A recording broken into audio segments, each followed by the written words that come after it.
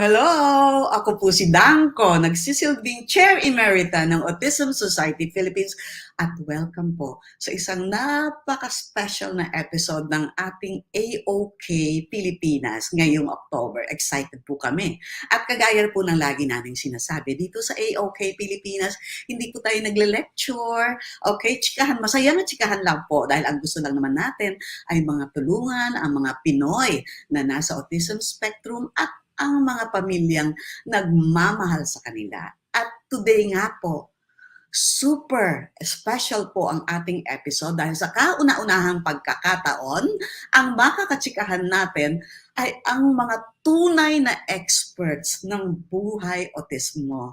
Walang doktor, walang therapist, walang teacher, pero sila po ang expert syempre sa buhay nila. At dalawa po sila. Syempre, ladies first. Kaya ang tatawagin ko po ay ang Vice President for Communications ng ASP Self-Advocate Circle at senior na siya sa Ateneo de Manila University taking up AB Interdisciplinary Studies. Oh, mataray, di ba? Miss Pia Cabanero. Hi, Mama Hello, Pia. Dang. Hello. Kumusta ka na ngayon? Yes, Pia. Wow, nagpa-cut ka na ng hair, di ba? Dati ang laki-laki niyan kasi Ginagano na yung buhok ko para mas manageable ngayon, lalo na sa mainit na panahon. wow. And you're so telegenic, oh, di ba? Yes, Pia. Kumusta ang buhay Ateneo? Alam mo, bumabalik na ako sa on-site classes and life's been pretty good. Nakakaroon ng mga kaibigan, which I'll explain further later. Tapos, active ako sa mga org and making sure na kailangan ko tapusin yung thesis. Mamaya pagkatapos nito, I'm gonna have to type a lot for my thesis. Pero kaya nga talagang pwede namang mamuhay ng nasa autism spectrum ng masaya at meaningful kagaya ninyo, di ba? Now, Pia, natatandaan mo nung first time na ikaw ay nag-guest as co-host sa Angel's Walk before the pandemic, syempre, dun sa MOA Arena. Talagang umani ka ng palakpakan doon. Kaya sige nga, kunwari, ikaw ang co-host ko. Ikaw naman ang magpasalamat sa ating mga partners. Nakapalakad natin sa Autism Society Philippines kasi napakaraming mga kaibigan na pulos big time. Marespetadong professionals and groups ang sumusuporta sa AOK Pilipinas, Philippine Society of Developmental and Behavioral Pediatrics, Neuroscience Division ng Philippine Children's Medical Center, the Ateneo Autism Study Group, and Smart Parenting.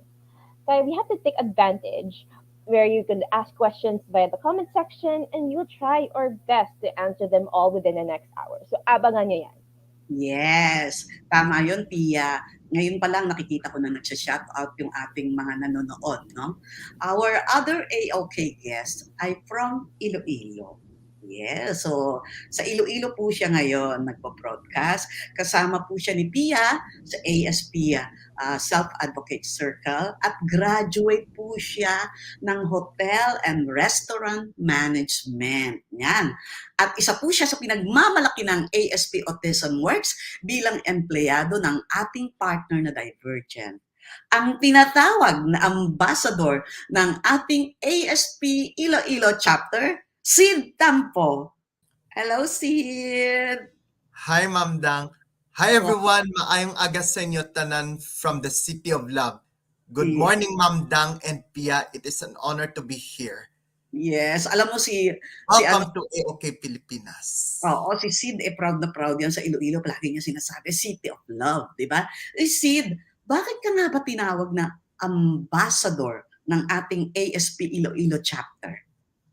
Ma'am Dang, my autism was confirmed when I was 4.5 years old. Since then, I was always with the ASP Iloilo officers in every activity like exhibits, radio guestings, and TV appearances.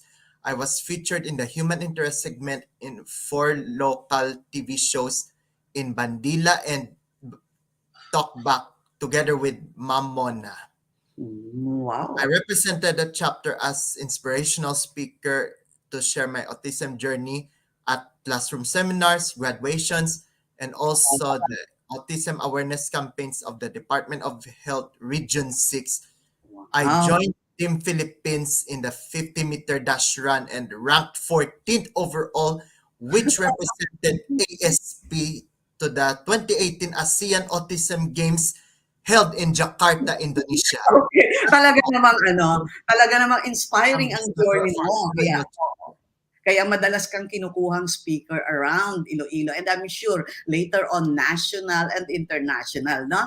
So, at showbiz na showbiz ka. Para po sa mga madlang people, si Cid po lagi nating guest sa Angel's Walk nung bago pa rin mag-pandemic.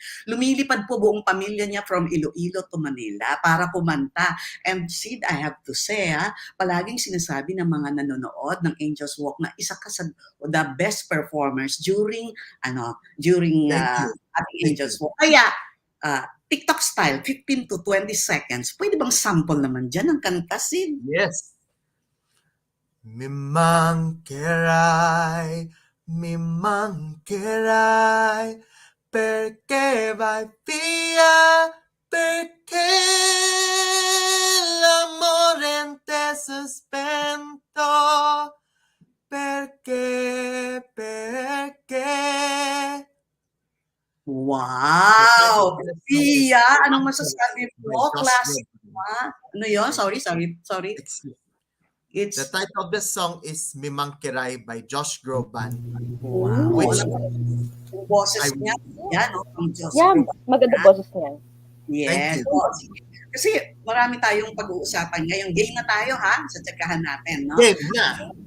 Kagaya ng sinabi ko, dati mga experts, kayo ang tunay na experts sa inyong buhay. Okay? So, gusto nating malaman, paano mamumuhay ng masaya ang mga nasa spectrum at sino pa ba ang mga experts dito kundi kayo? Or ito na yung unang tanong, ha? Medyo showbiz talaga tayo. I don't know kung napanood ninyo yung, kasi ito yung palagi pinag-uusapan dun sa Netflix, yung Extraordinary Attorney Woo.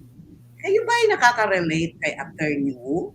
Or kung hindi kay Attorney Woo, sino sa mga movie or TV characters na nasa spectrum ang nakaka-relate kayo? Ladies first. Pia. Hi. So, napanood ko na yung Extraordinary Attorney Woo. Like, sinusundan ko when it was coming out on Netflix. And needless to say, I got excited to see her because Woo Young-woo may not necessarily be the most exact representation of my autism, but it's really nice to see her out there being ambitious about her job as a lawyer and trying to explore social situations whatever she can. I mean, I could be more sociable than her, but it's really nice to see her fall in love, get friends, and it's like very aspirational for me. And even with her smarts, like she could really thrive. And I feel a sense of inspiration. I do relate to a lot of people in media growing up, but I couldn't really pinpoint an autistic character since a lot of them tend to be male or they tend to be very intelligent that hindi ako masyadong matalino in terms of my brain because I'm not very good at math or the science stuff. I tend to be more creative. So, ganun yung kinalabasan. So, I see someone like Woo Young-woo going after her passion as a lawyer and being obsessed with whales and parang, okay, I see a lot of potential there and I really wish I could aspire like her. It would be nice to, it would be nice. Kahit na hindi siya exact yung maaaring nangyari, pero aspirational siya, no? Thank you. I would say that. Yeah. Cid, ikaw, kanino ka nakaka-relate sa mga movie, TV characters on the spectrum? I will still find the time to watch Extraordinary Attorney Woo, but I can also relate more with Raymond Babbitt in the movie The Rain Man, portrayed by Dustin Hoffman, because we have the same mannerisms. Also, I wanted to become a doctor when I was younger. So I watched The Good Doctor, Sean Murphy, portrayed by Freddie Highmore, because we have the same behavior. Yes, ang galing din nun, no? Very subtle yung kanyang pag-act ng mga mannerism. So, you wanted to be a doctor pala, Cid. Bakit hindi mo tinuloy? Malay natin. Di ba? Okay. So, punta na tayo sa next. By the way, Cid, yung co-star ni Dustin Hoffman, ex-boyfriend ko yun. Si Tom Cruise. Tom Cruise niya eh. Okay.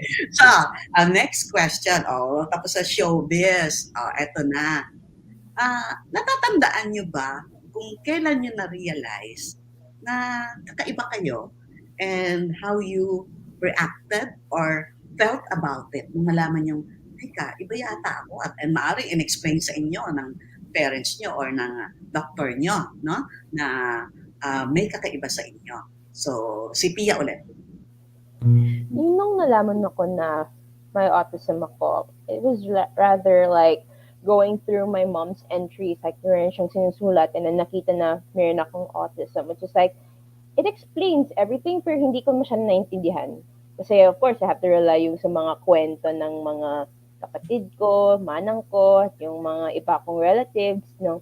Paano ako nag-behave kasi hindi ko naalala. And then I was like, wow, that's why I'm so different. Couldn't find friends. I couldn't really find people to relate with, and I'm stuck in my own world.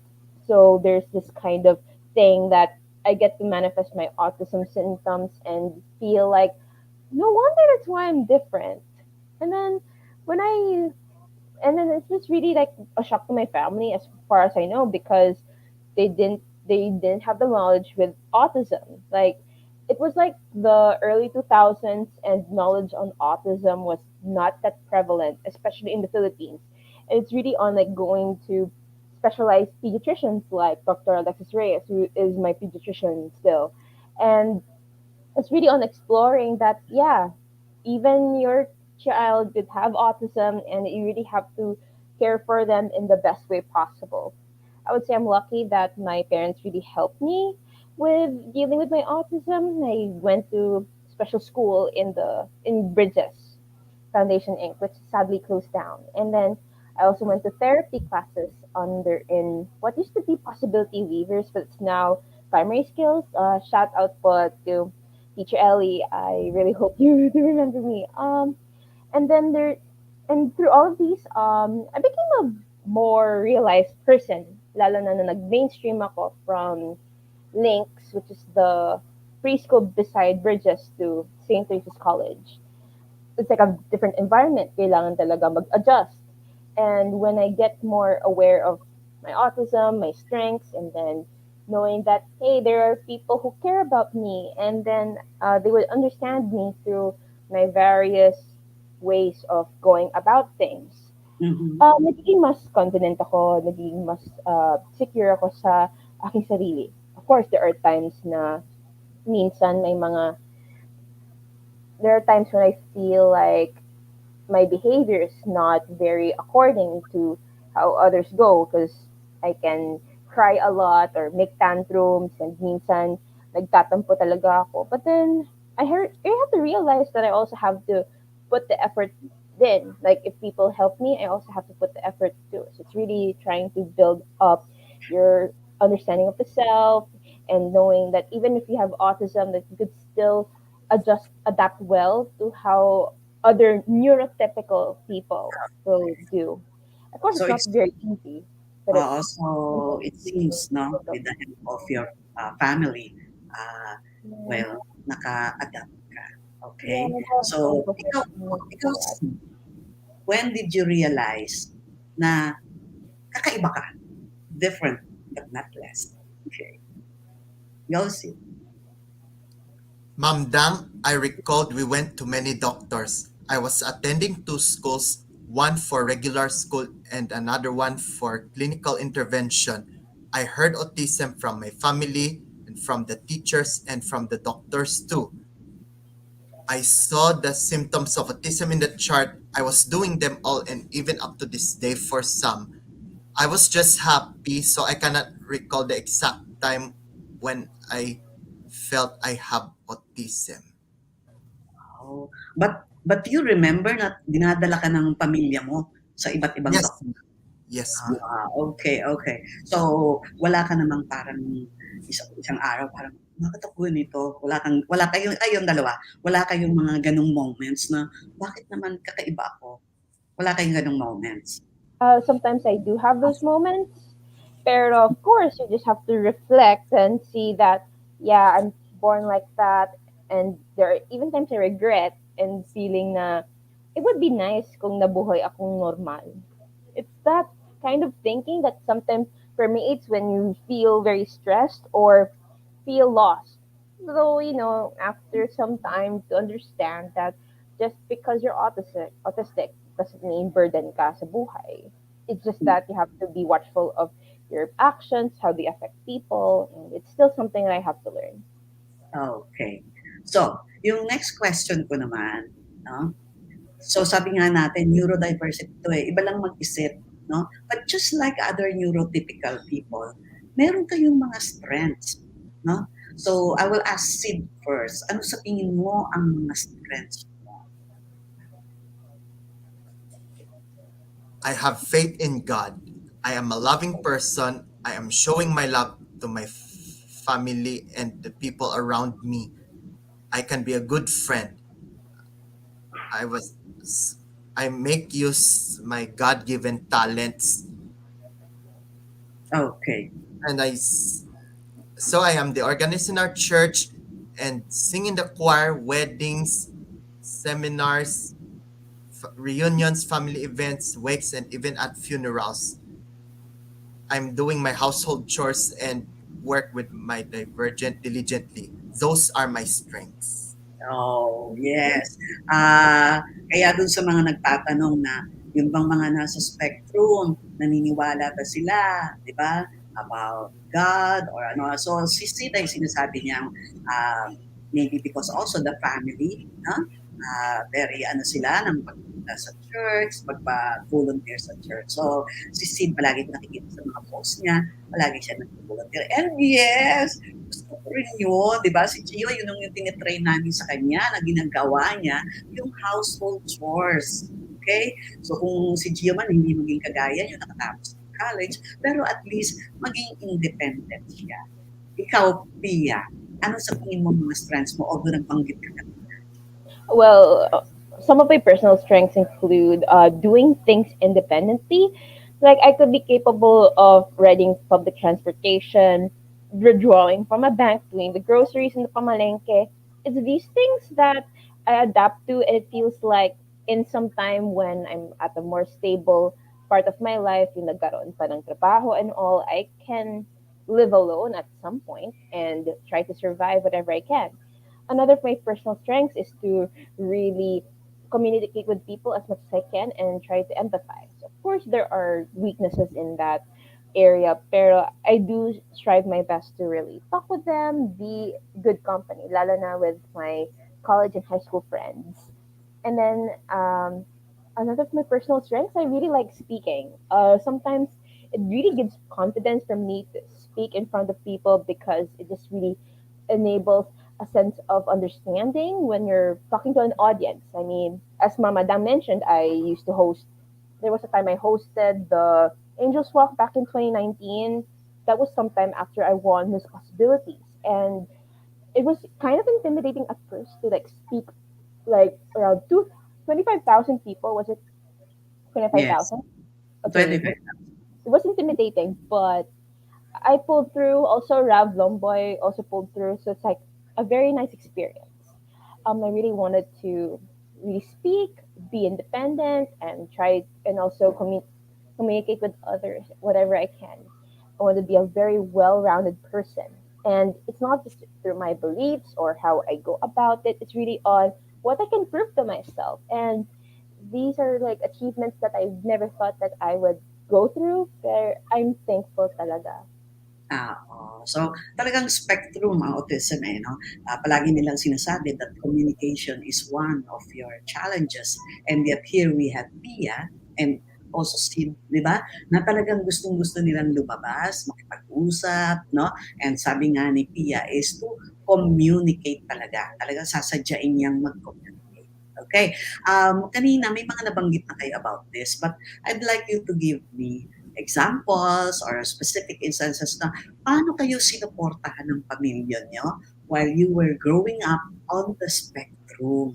Ano yung mga parang nakita niyo na talagang nagpapasalamat kayo sa inyong pamilya? So, Sid, can we start with you?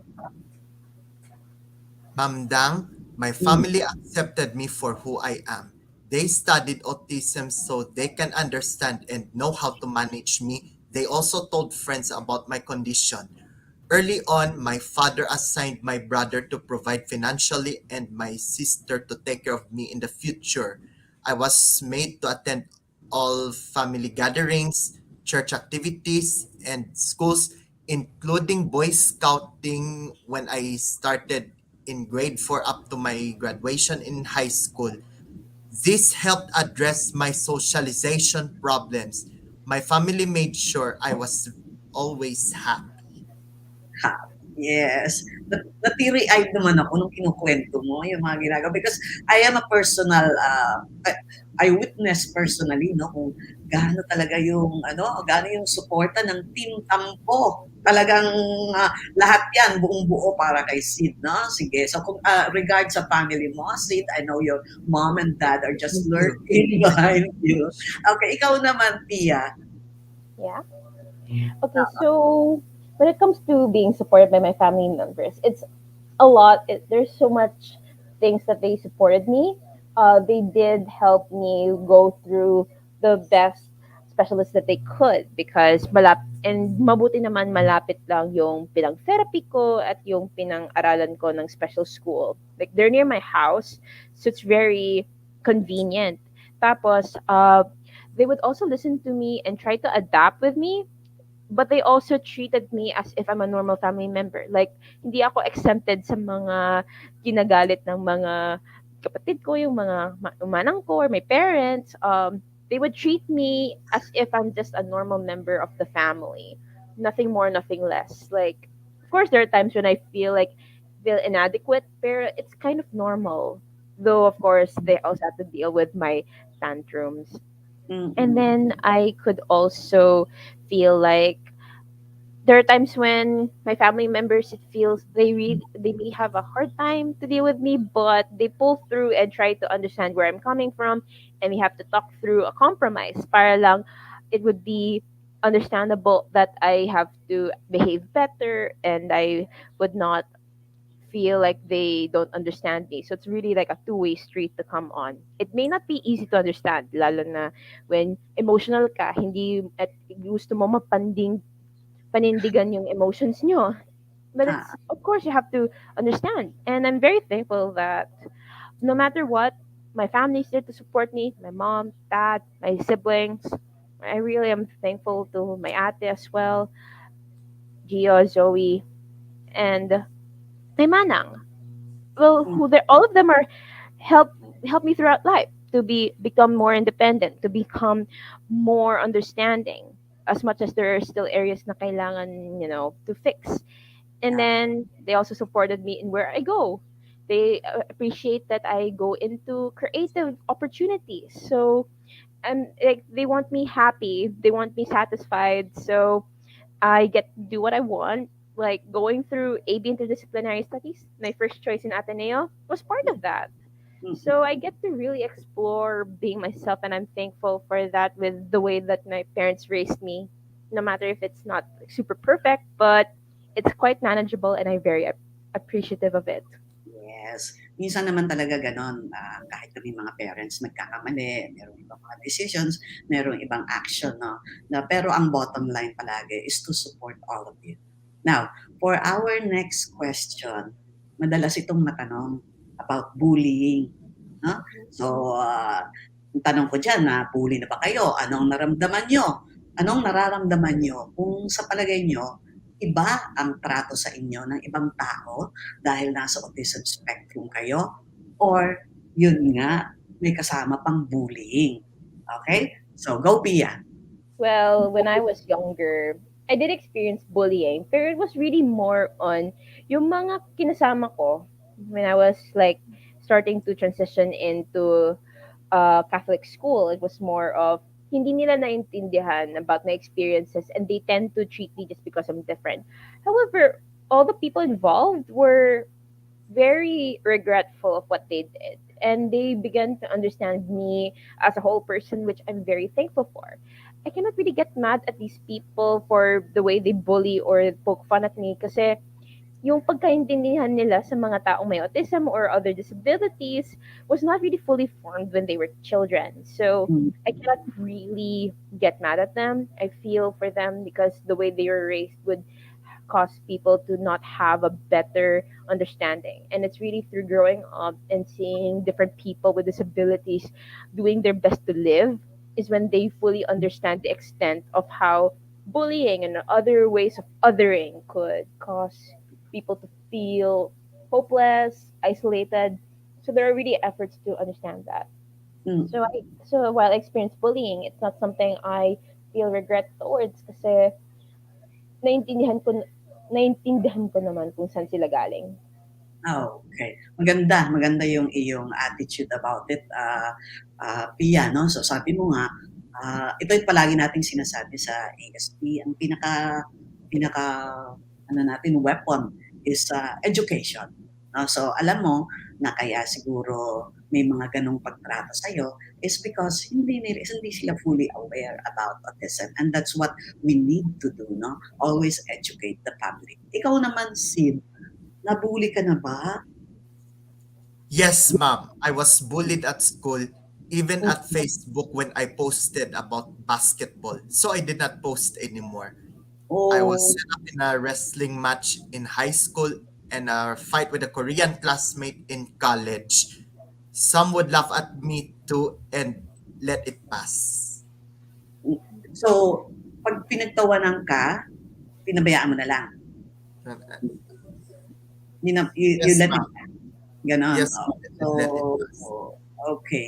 So siguro pag-usapan natin later, no, paano natin i-educate yung mga ganyang hindi pa naiintindihan what is autism spectrum. No?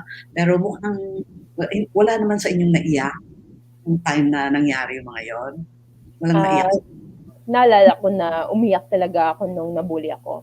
Because Mm. you're not aware that there would be people out there who would do that to you, and it feels like ano ang gagawin mo? And then you ask your mom or your ate for advice so that you could try to cope with your situation better. Or you go to the guidance office in order to talk your feelings out. Kasi when I was growing up, tambayan ko talaga ang guidance office kasi sila ang naiintindihan sa aking experience.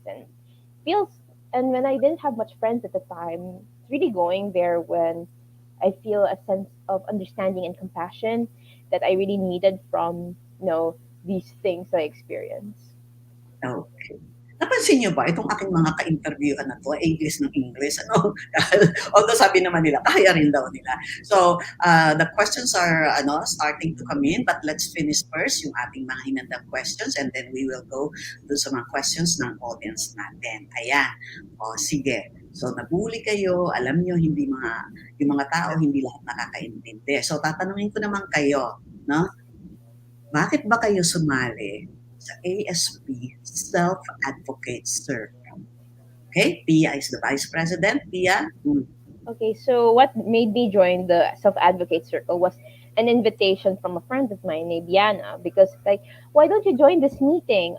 It would be nice for you to represent. And it was like, okay, I thought it was just a casual gathering of people with autism. And kasi wala ko masyadong kilala doon, to be honest. But when I entered there and it was for form named Sassy, it's like, wow, maybe I could do something there. I really appreciate Sassy for what it is because, it's basically a support group for people with autism. It's really the thing that made me more aware that meron din palang tao na nakaka-relate sa mga experiences and I could really rely on them if ever possible. Like, I could sometimes say hi to them or become a voice of reason. And I also want to shout out with CJ, Ate Pinky, and Danica, mga A kasama girl. ko. Hi, the Mm. girl. Yes. And I really hope that everything is doing okay. I hope to be more involved with Sassy when I graduate from Ateneo kasi of course sobrang busy talaga ako sa school and in other parts of my social life. But I will always be thankful for being Sassy since it's like a good chance for other people with autism to communicate with each other. Okay. You mentioned SASI being a support group.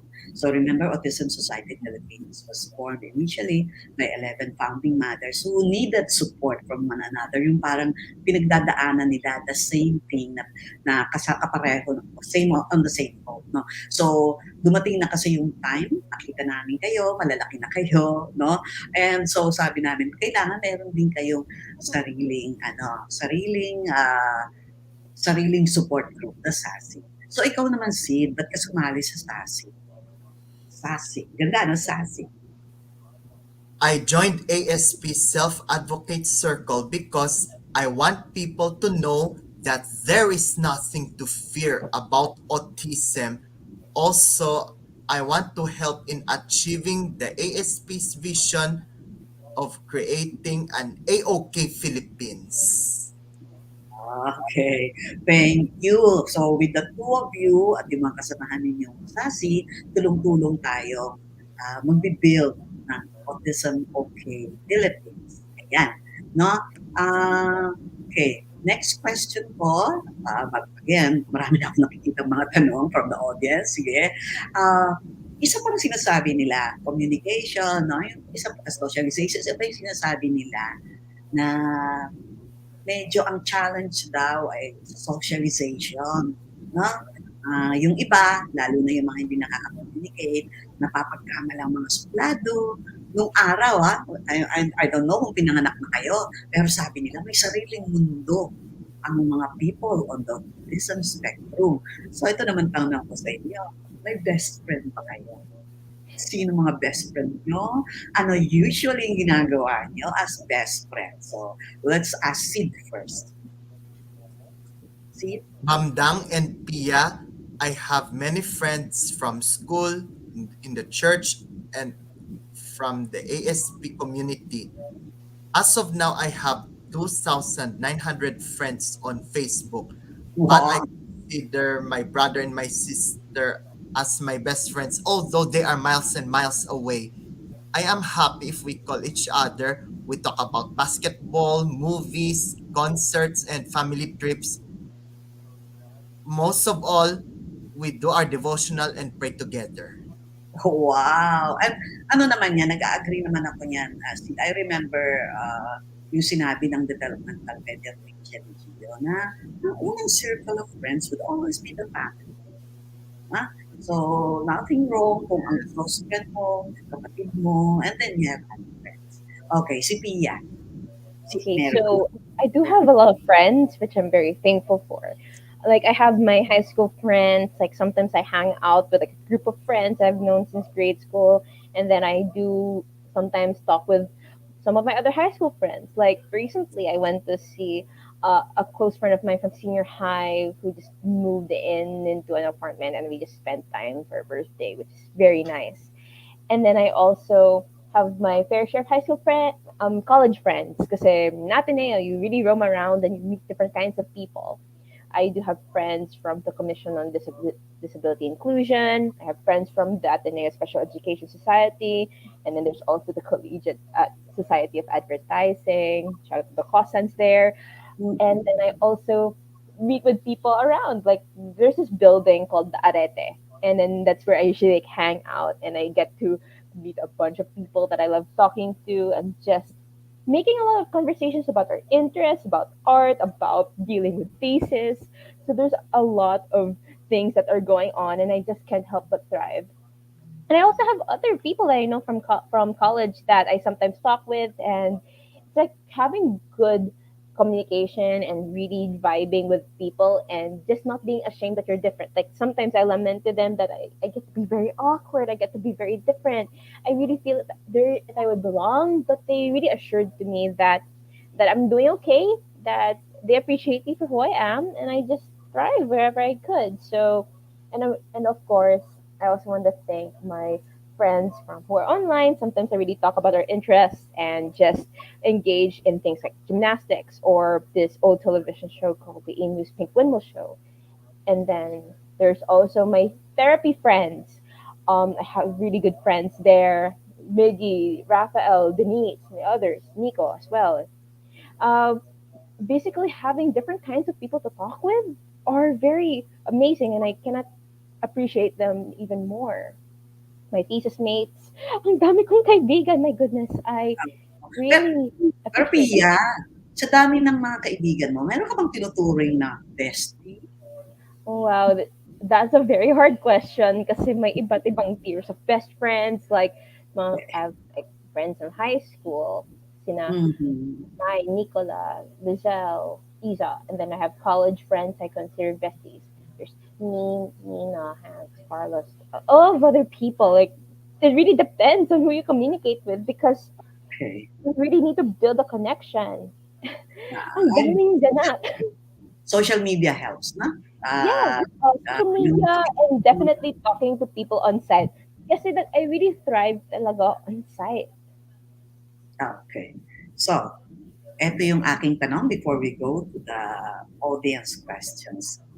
Okay, ready na ba kayo sa tanong ko, Pia and Cid? Uunahin natin si Cid first. Yes. May balak ba kayong mag-asawa and magkaanak?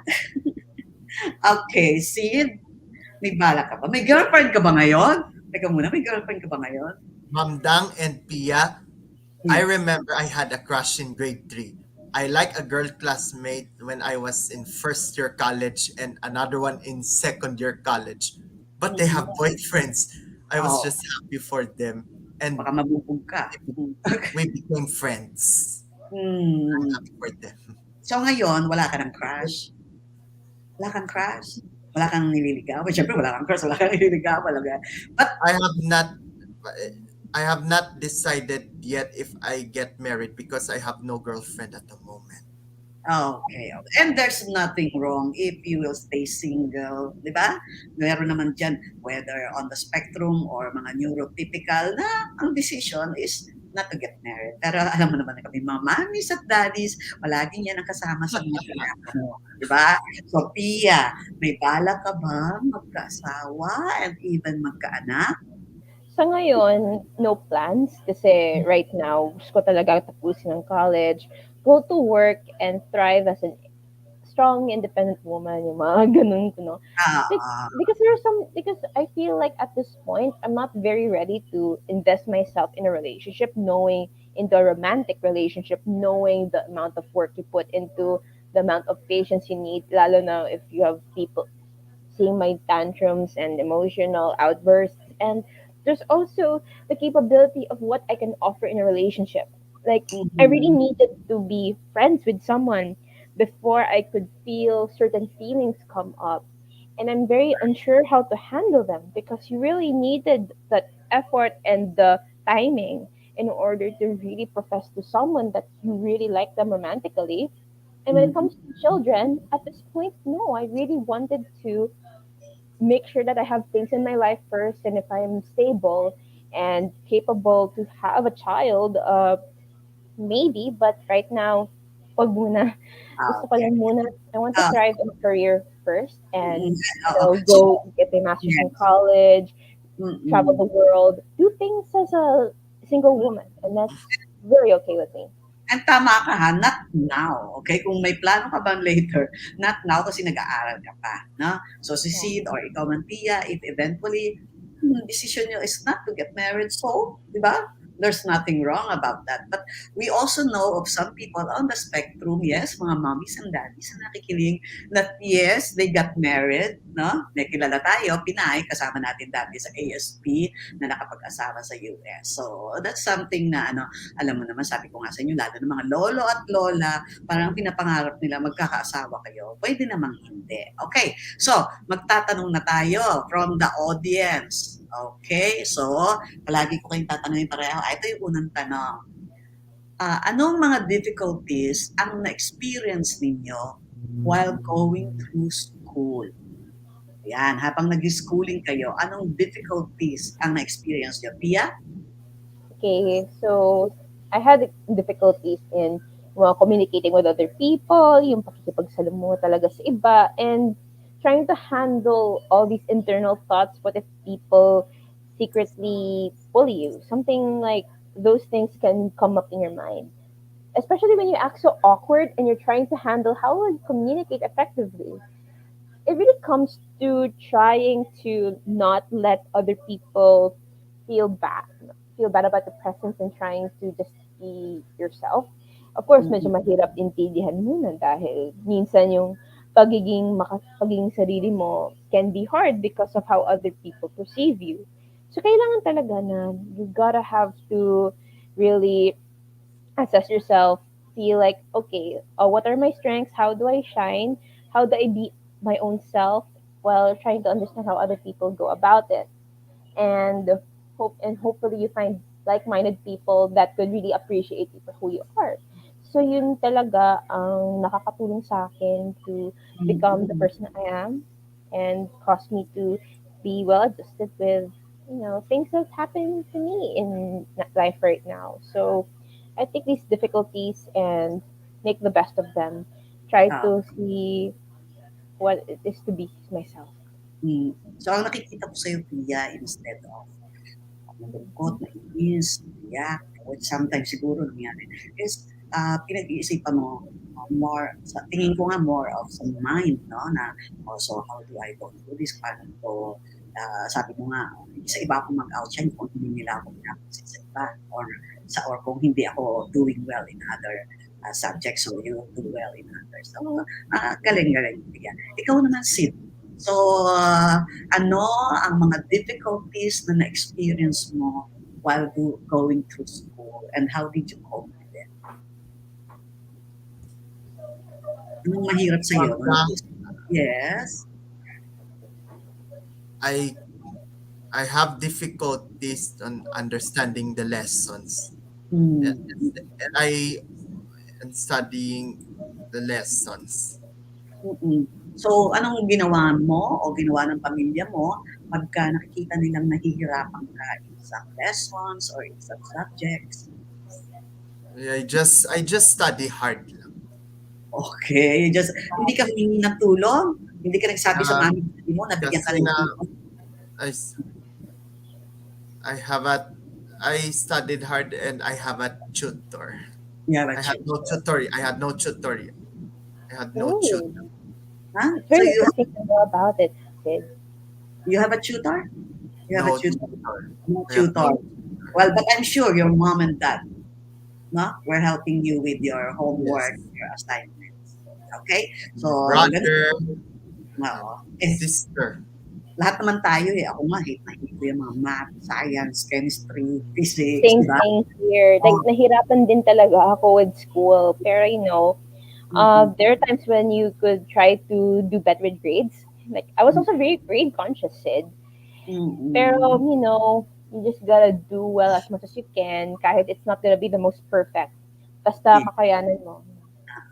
At si Sid talagang pinag-ano niya, no? Pinagsipagan na lang niya. Okay. Eto, naka-experience ba kayo, no, whether nung bata pa kayo or lately, ng meltdowns? And can you share ano yung na-experience nyo, kung if you can still remember it, and ano masasabi nyo, how should the parents handle such situation? Base dun sa na-experience nyo, nag-meltdown kayo and all, so anong inyong natatandaan, at sa palagay ninyo, paano kayo dapat matulungan ng parents ninyo in handling those meltdowns? Pia? Okay, so even till now, there are meltdowns I experience. A lot of it comes from thinking about not being loved or feeling that you're inadequate or feeling that uh, you feel in pain and you really wanted to find an outlet to express. Of course, you have to consider that these meltdowns, while they may be valid, it's not necessarily going to be understandable for other people to know. The Mm-mm. best way you could handle it is that you talk to your parents, like your parents really have to talk to you or just be there to comfort you and try to understand where your child your or whoever knows about this comes from. And you really have to like talk to them to make sure that they could handle these meltdowns better, but also come to the understanding that also the child, you have to put the effort to it to not cause these meltdowns. So it's really on a compromise of understanding where they're Mm-mm. coming from. The parents really do their effort to comfort, and then really also ensure that the child also knows their behavior in the situation.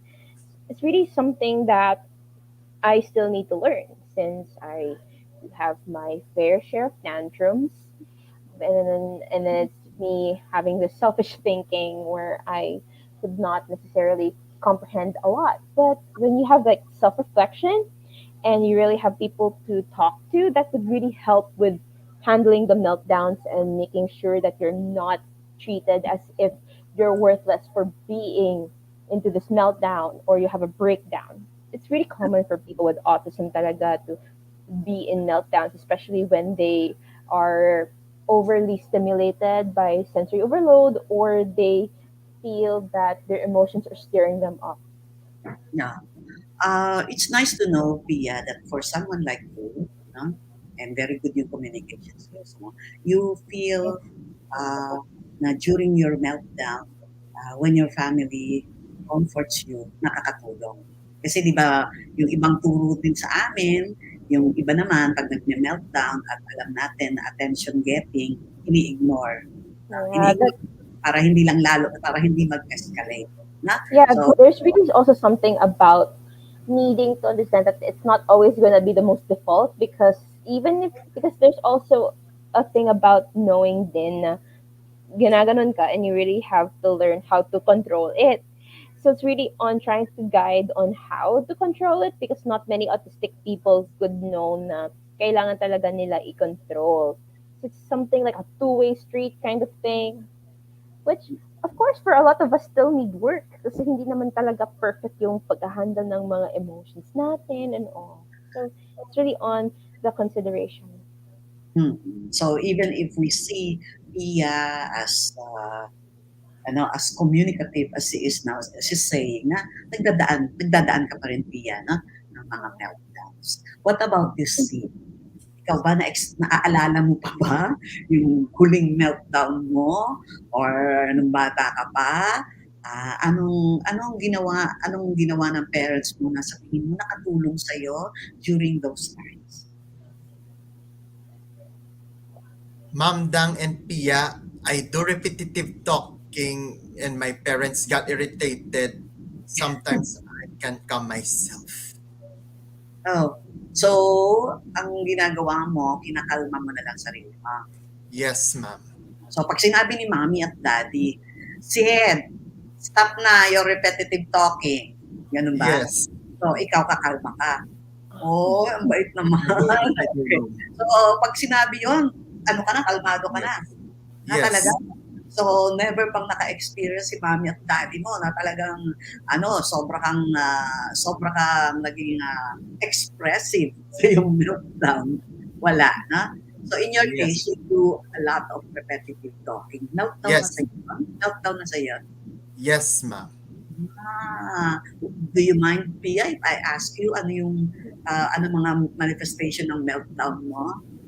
A lot of it has to do with whining and crying.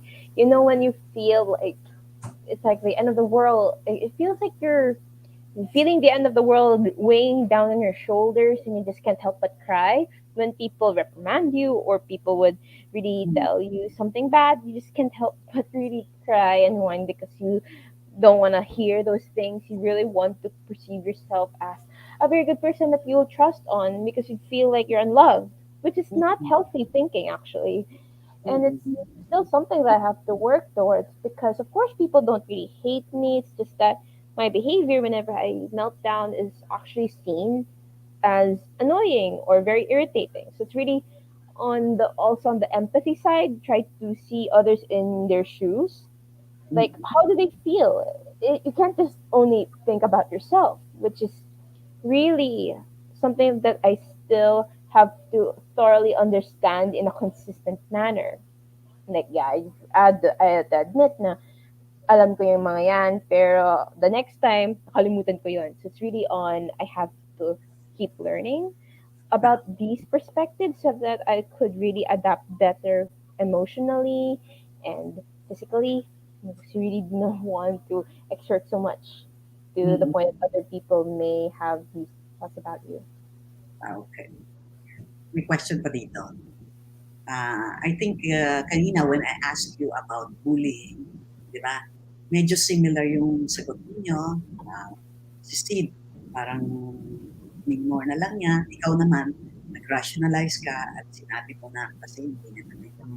Yan na talaga, what is it? Yes. Pero someone is asking, ah, meron bang instance na meron kang specific response dun sa nag-bully sa'yo? Unahan natin si Pia.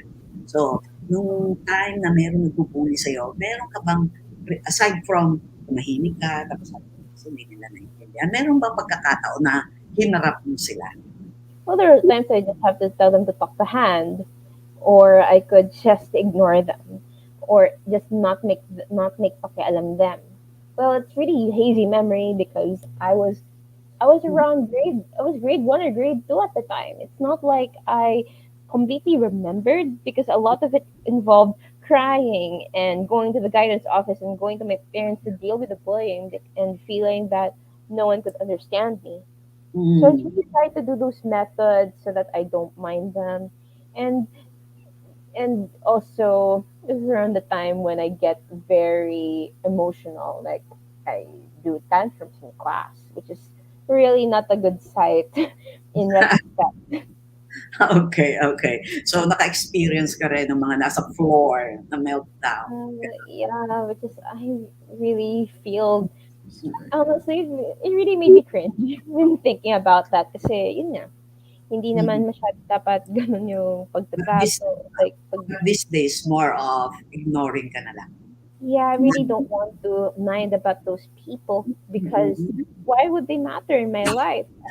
If I because all I would do is cry.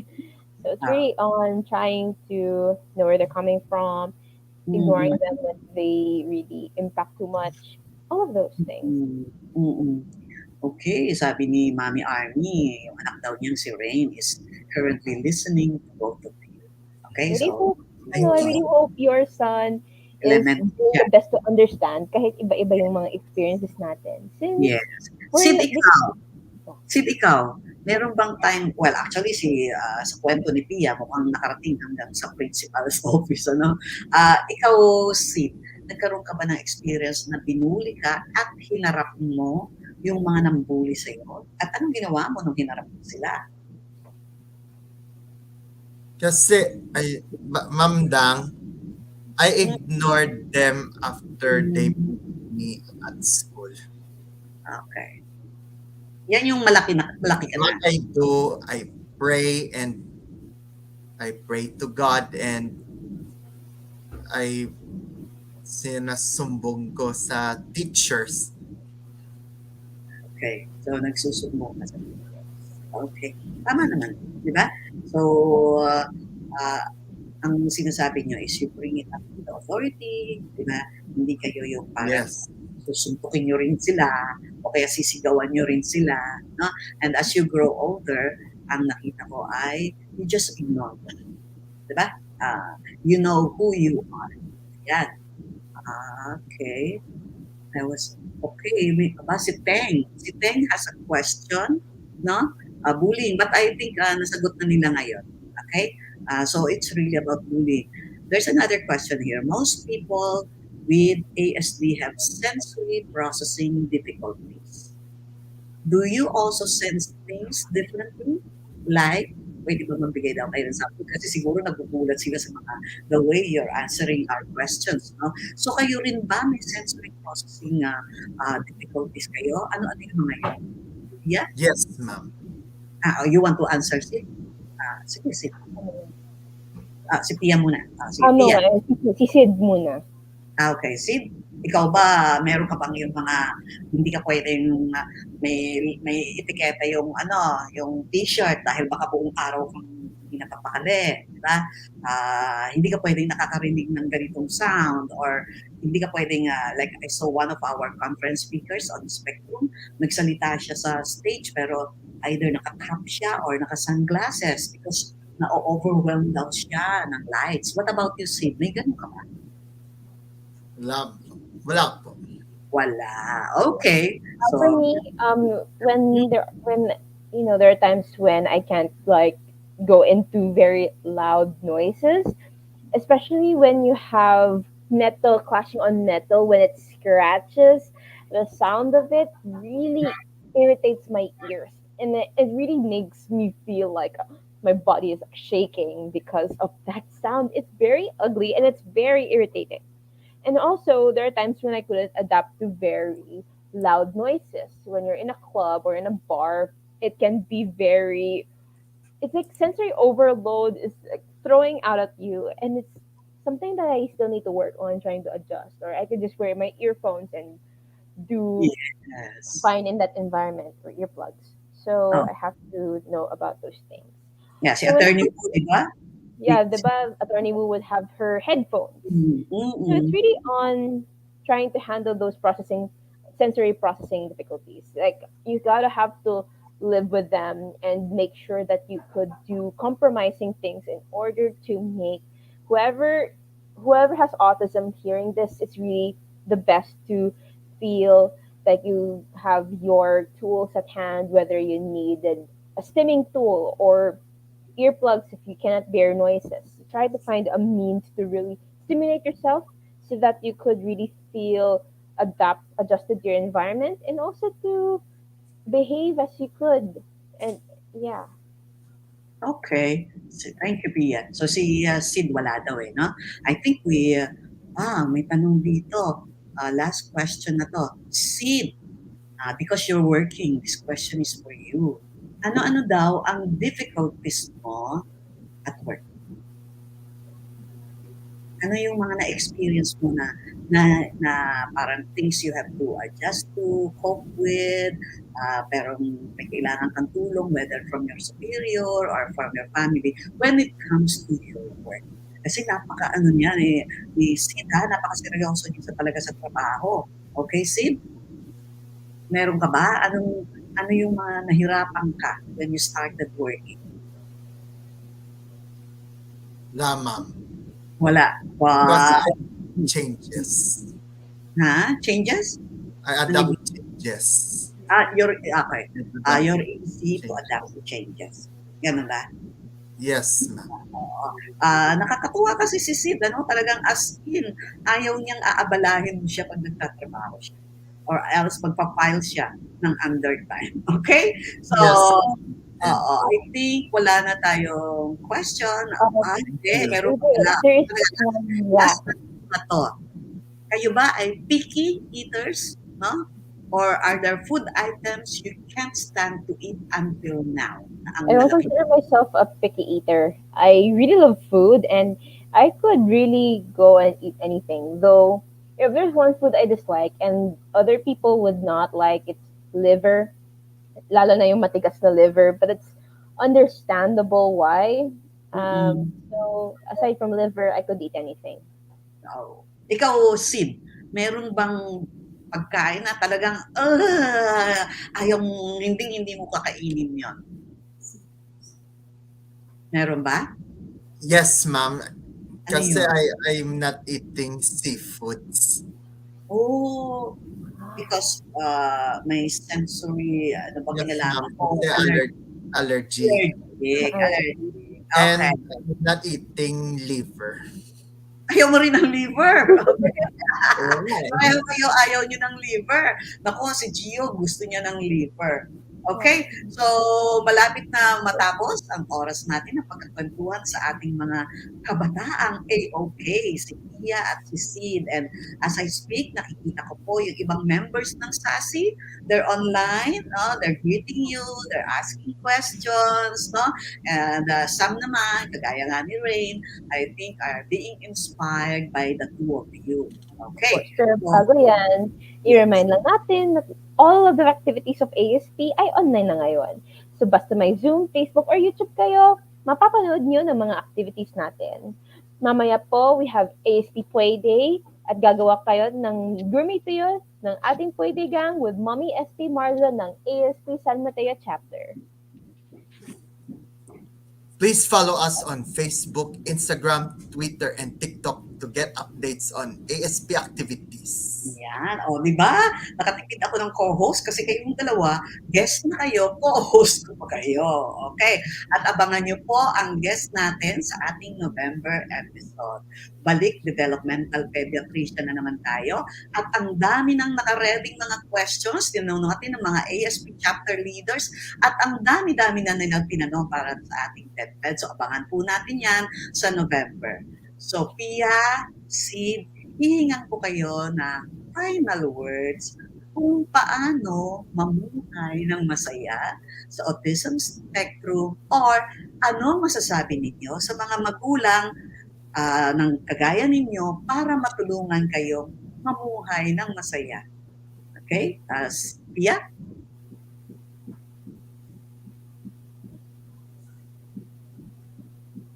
Go, Pia. Okay. So, ako pa, sorry. Okay, so basically, when it comes to being autistic talaga, I'm going to talk naman not just to the parents, but to the autistic people out there. Now, when you live your life, really make sure that you are free to express yourselves, and as well as you do your best to communicate with others whatever you can. Kasi one of the things that would really make autistic people happy is just to be yourself, make sure that your family could adjust to your various quirks and eccentricities, yung anumang your own being, so that you would really thrive in the best of your world. Of course, there will be adjustments, pero it tends to be normal. So do not hesitate to really explore yourself, find your interest, and find the people that would really love you for who you are. So yun talagang nakakatulong sa akin, at sana yun din ang makakatulong sa inyo. Thank you, Pia. And Cid, your final word? My family was never ashamed of me. I was given all the love and support. To the parents, accept the condition of your children so that you can help them. I want to emphasize that there is nothing to fear about autism, but there is more to love about the person suffering from it. Thank you to the countless faces who helped in my autism journey, the caregivers, the doctors, the teachers and friends. Maraming salamat sa inyo lahat. To my Divergent family, hi Ma'am Elaine and Miss D, padayon lang kita. Okay. Meron pa siyang ano, Yeah. Thank you for the kind introduction during the 2019 Angels Walk and 2020 Virtual Talents at Puede. Papi I ang hope talaga. you enjoyed it. Thank you. Okay. Ako naman, masasabi ko bago Ma'am tayo. Dang, Yes. Ma'am Dang, Yes. thank you for the invite and for all the opportunities you, Ma'am Mona, and the whole of Autism Society Philippines for leading the way to an AOK Philippines. Oh, Madam, yes, sa inyo I'll add lahat. din. Bless us Okay. all. Yeah. Mabuhay tayong lahat. Yeah, thank you talaga for inviting us, me and Sid. And we are very here to express how we live, and hopefully we could still contribute to the activities of Autism Society Philippines, especially as we become more attuned to our needs as well. Okay. Thank you, Pia and Sid. No? Ako naman as a mother bago natin tapusin yung episode ngayon, no? Nasisiguro ko yung ibang mga magulang na-inspire sa inyo, no? Kina Pia at Sid. No? Pero alam din natin, meron din po tayo mga anak, kagaya ng Gio ko, no? That I will not be able to invite on AOK to talk about his own feelings, his dreams, his experiences. Pero basta po mahal na mahal natin sila lahat, suportado natin sila, kung ano kaya nila, lahat po tayo ay sama-sama magbibuild ng isang AOK Pilipinas. So salamat po sa mga nanood sa isa na namang episode ng AOK Pilipinas. Magkikita po tayo ulit next month. No? Mag-DM lang po kayo kung meron pa kayong mga suggested topics. And on behalf of the Autism Society Philippines National President, Mona Veluz, ang ating SASI members, sina Pia and Cid, at sa lahat ng bumubuo sa ASP at SASI, no? Ako po si Dang Koe, nagpapaalam. Ituloy po natin ang pagtanggap, pagkalinga at pagbibigay halaga sa Pilipinong may autismo. Mabuhay po ang isang gising na AOK! AOK Pilipinas!